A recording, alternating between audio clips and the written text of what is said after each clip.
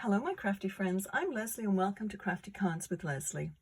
Here we are at week 3 in our countdown to Christmas card making marathon. This card could also double as a card for any time of year really.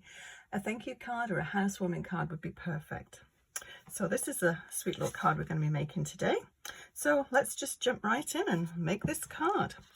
It's a regular size card for me, 4 1/4 by 5.5, and I've already got the folded card already made, and then the mats. And let's go ahead and we'll make the actual card front first, and then we'll put it all together. So I'll leave this to one side. Hopefully you can still see it. And I'll show you what I used to make this. They're quite old, obviously close to my heart, so they're quite old stamp sets. But this one I think is really nice. I use the sentiment from this one, enjoy the magic of the season. And any sentiment really would fit on there quite nice, because it's the actual focal point is concentrated sort of on the top 2/3 of the card, so it leaves a lot of space for your sentiment on the bottom. So that's the sentiment. And then another close to my heart stamp set is this one here, Feels Like Home Scrapbooking, and we're going to use this wreath obviously. So let's take this out now. If you don't have this set, any wreath would actually work for this. You just need to mask off half of it and mask off half of it, and then just draw circles. Just get something to trace circles to do the top part. So you can adapt most things, I think, to fit for what you actually have. And I'm getting quite good at that. Rather than rebuying everything, it's sort of nice to use what you have. So we have that one. We'll take out the sentiment. Excuse me. And then for the little house, I have this die set, and there again, any little house, this is a die little house, but you could use a stamped little image and adapt it that way. So this is a set that I have, and I believe it's by Memory Box. And yeah, I keep all of my dies in these little envelopes with the magnets on the back, so they're very easy to find. Excuse me, I think I've got a frog in my throat this morning. Okay, so let's go ahead and we'll stamp this. Of course, I moved it all again, haven't I? Let's just get organized here. Okay, so hopefully that's on there. And I'm going to use my stamping platform. Grab that.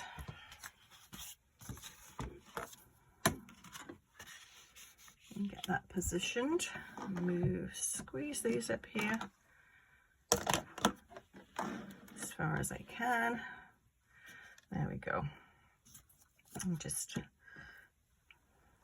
get that in place. So I think that's probably where we want it.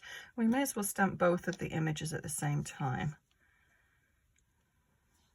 Okay, so that's straight, hopefully. Okay, and just grab my Memento ink, pick that up.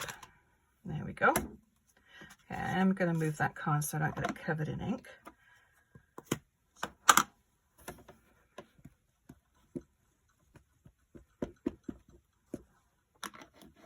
And it's nice if you're going to mass produce these to actually do them stamp them in a stamping platform, because you only really need to get it positioned. I'm going to do that, just missed a little bit. Positioned once, and then you can just keep stamping. So it's a good way to mass produce a card if you want to. And of course, if you miss a little bit, it's always nice to be able to go back and get a perfect image. Yeah, doesn't want to seem to stamp up at the top. There we go. Just me as the operator, just not pressing hard enough. Okay, so that's all the stamping part that we need to do. Just wipe this off so I don't get a mess everywhere. And these cloths I just use, actually they're just eyeglass cleaning cloths, and I just keep one that's wet, and then I have one that's dry, and they seem to work quite well if they don't leave any sort of linty mess on your stamps. Okay, let's just peel this off carefully.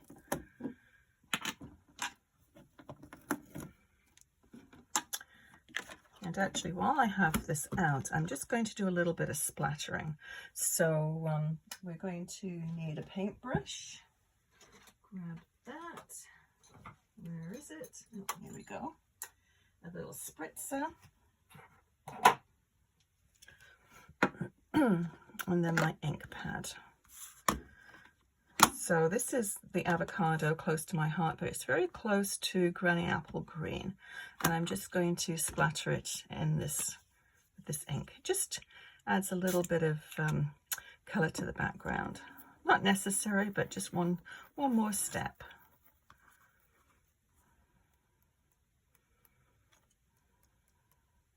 Just light little splatters. Okay, that's all we need to do.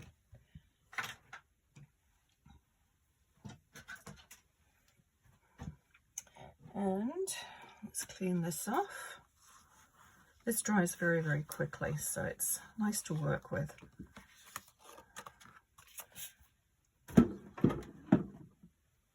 So I hope some of you have been following along with my Christmas cards every week and starting to make your own. I'll be very interested to hear who's doing that.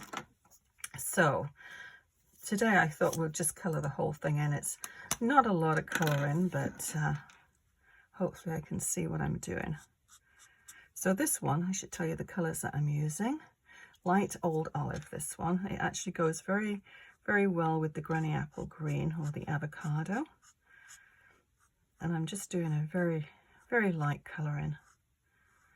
Not going to do any shading on this one.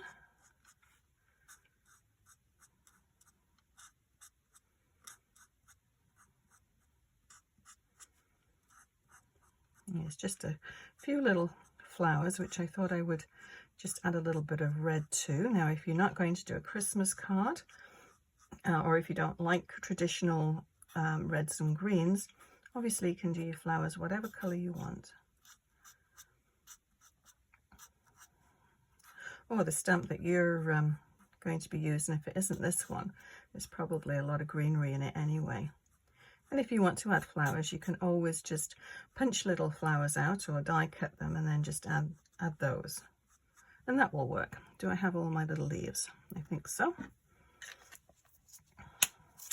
Okay, so for the red, I'm using this dark red shade. It's the Tri-Blend markers from Close to My Heart. And I'm going to use a medium one, I think, for this one. And same thing, just little lines.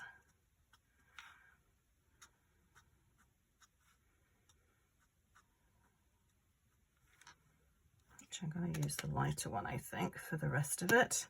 That is quite dark.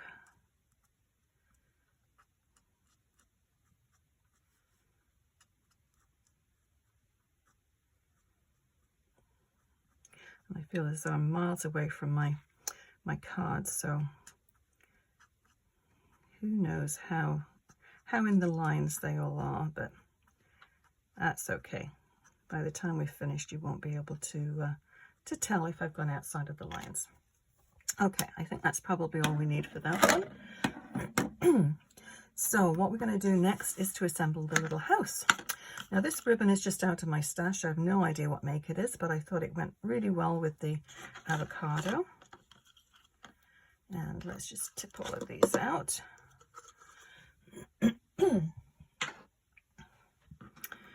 Now I need to colour these little bits in here. Fiddly. Now you can actually just cut others out in different colours and then just slot them back in, which probably is easier than trying to colour them. I'm just going to get some scrap paper to do these on. And with this, the first one, I did the windows in yellow, and I think I'll do this. I did this in a grey, and then I went over it with yellow, and it just, I don't know, it just looks a little bit drab. So I think I'm going to do the whole thing in the yellow, which is Daffodil Delight, the dark one. So this is going to be challenging.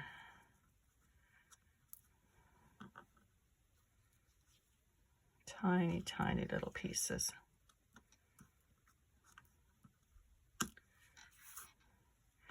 What are the chances of getting them all in at the end and not losing one? Oh well, it's easy to cut another one if I need to. But I think next time I'll actually just cut them with the cardstock rather than trying to color them in like this. Okay, that is as good as it's going to get. Oh, we'll just do this one as well.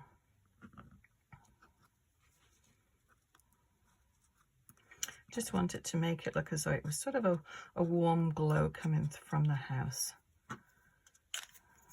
Okay, and then the door, I think I'll just, actually I'm going to do the door red. Let's do the door red.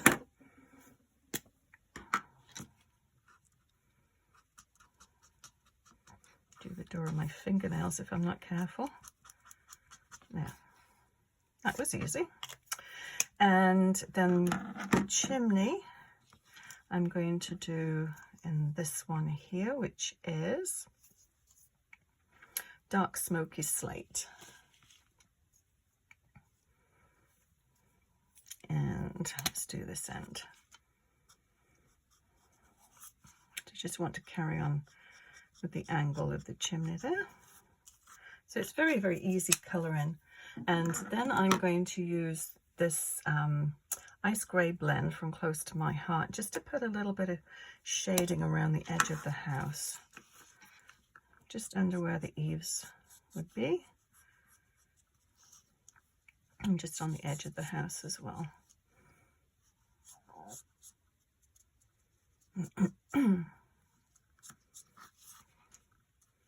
And you don't really need more than that. Okay, so let's glue this together.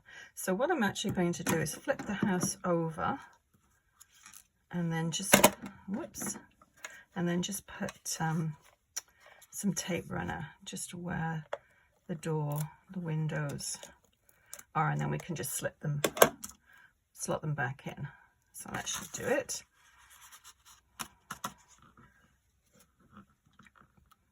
Okay. Now, let's see if we can get all of these in there. Oh, good grief. I'm going to forget that one. It flips straight onto my floor and I have no idea where it went. So we'll pretend it's in it and then I'll add it later.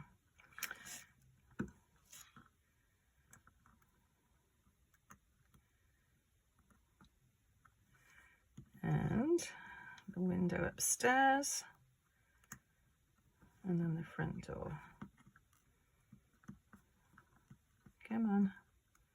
There we go. I'm just going to have a look to see if I can see it. I don't think so. I'm not going to waste your time or my time looking for it. I will cut another one and then we'll go from there.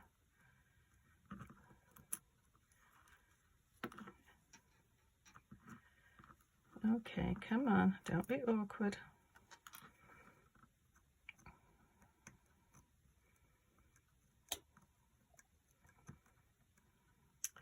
This is not going to stick in.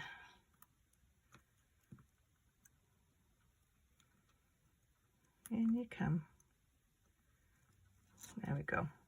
Actually, Scotch tape as well works really well if you, then it's not two-sided. So that sometimes is a little bit easier.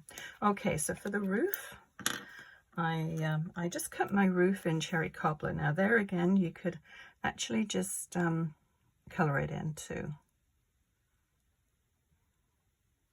So I'm just going to put a little bead of glue just on the very top.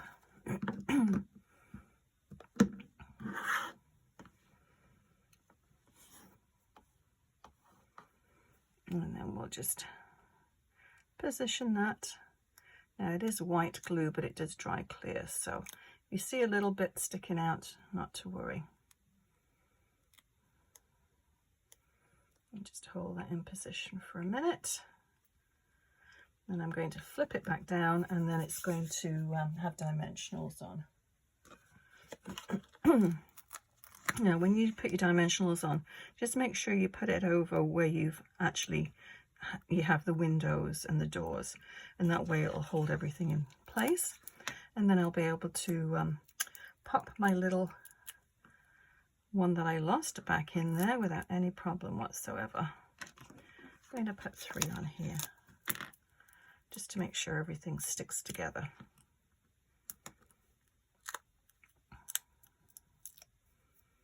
Okay, let's get some of this mess out of the way, and you can see what I'm doing. Okay, so this is my windowless house. Just pretend that it's actually got the little window in down there. I'll add it before I actually post this video. Okay, so what we need to do now is to put that little, I wanted it to look like it was a little Christmas decoration hanging on the tree. So you don't have to do that part, but I thought I would just add that little line. Actually, let me put my glue on there first, glue top.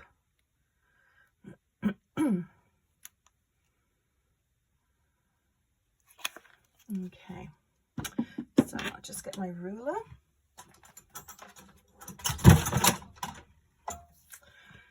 And I just got a very fine line pen. So find approximately the halfway mark. You can measure if you wish, but I wouldn't worry about it. Okay, so just down from the top. That's all you have to do. Okay, so let's put some of the ribbon on here. I'm going to put some at the bottom, just like this one. So what I want to do is to just put some tape runner just down on the side there, and it will just hold it.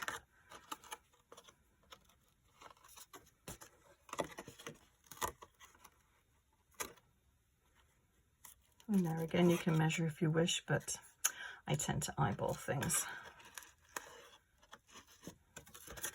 Just snip off the extra. And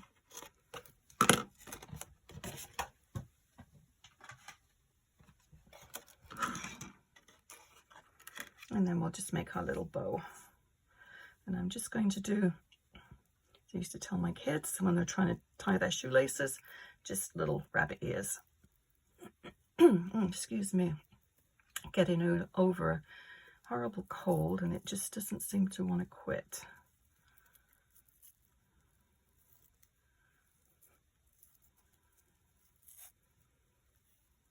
Okay, so just keep pulling and adjusting until you have them how you want them. And we're just going to hold these in place with glue dots. I think that's probably okay. Just give it a good tug.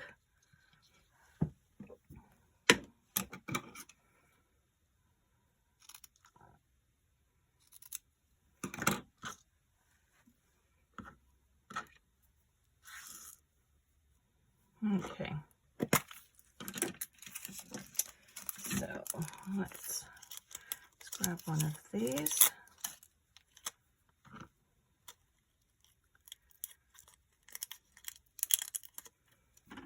Okay, my first time, usually they stick to my fingers and get in a terrible mess, but that one worked out. Okay. So quite sweet, I think, that one. And so let's put it on the mat. Now you want to put extra, I always like to put extra tape over where the ribbon is.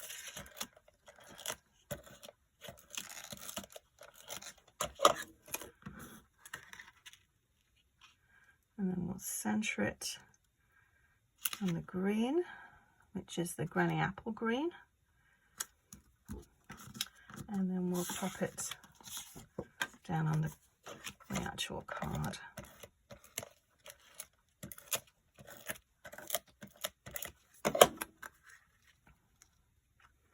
And I just made the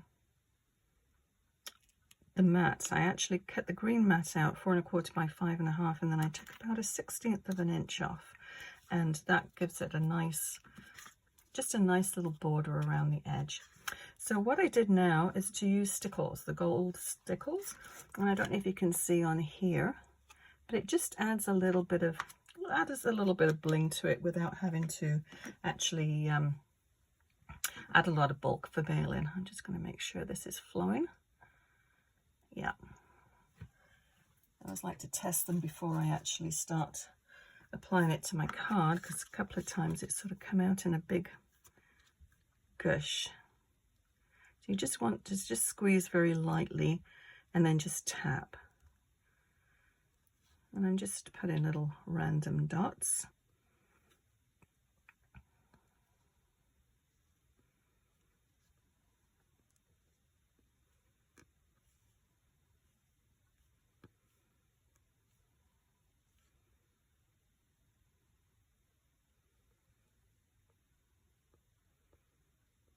So very easy to put on. I mean, you could use brads or anything else really for adding a little bit of bling. But I think that just, as I said, it just adds a little bit of bling without adding the bulk for mailing, which I always think is important, especially at Christmas.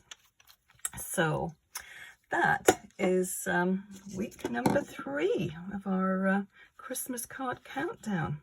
So yes, I hope you're playing along with me, and we'll see you again next Wednesday. And I'll list everything below that I used to make this card. And if you enjoyed this video, please give it a thumbs up and consider subscribing. Also, click on that bell icon, and that way you'll be notified when I post new videos. Thank you so much for watching again. We'll see you again next Wednesday. Happy crafting. Bye-bye.